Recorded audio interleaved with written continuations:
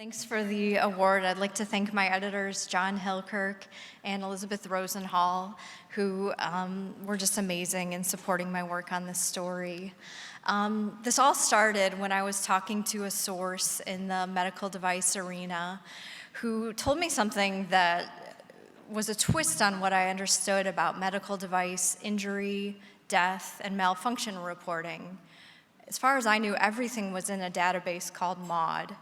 But what she told me was it wasn't, that there were exemptions that the FDA gave to some device companies, and they were able to file alternative summary reports with thousands of injury and malfunction reports over the years. And I thought this couldn't be true. Someone would have written about this already. So I called experts, biomechanical engineers, who all they do is investigate what happens when someone, as one of them told me, sort of dies in the shower from a pacemaker that was implanted 2 days ago. None of them knew what I was talking about. So I started digging. I went through the public data for every mention I could find of these alternative summary reports, and pretty early on I went to the FDA and said, what are these? How many of these are there? And why were they granted? And what the FDA told me was file a Freedom of Information Act. So I did. And what happened was, I sought expedited reporting because I'm as patient as the average journalist, which is not patient at all.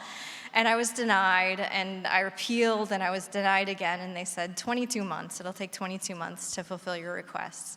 So I kept asking questions. And eventually what I found out was that in a couple years, there were more than 1 million of these reports filed. Many of them were filed regarding surgical staplers, which can sever a vessel and jam and not seal that vessel. And people bleed to death or have devastating injuries quickly. So I flew to Toledo and spent a day with the family of Mark Levering. He had bled out after a liver surgery and didn't even know his son's name. So we wrote a story that eventually the FDA did tell me that in a year when about 84 reports were public about surgical stapler injuries, there were actually 10,000 in this internal database. And the power of that story led the FDA to introduce a safety review of surgical staplers.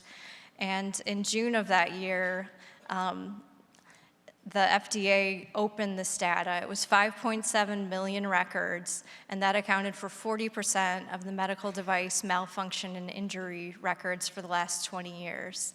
So that was a pretty good day for journalism, a celebration for the power of the work that Kaiser Health News is doing, and the power of a free press. So I'm very elated to accept the award. Thank you.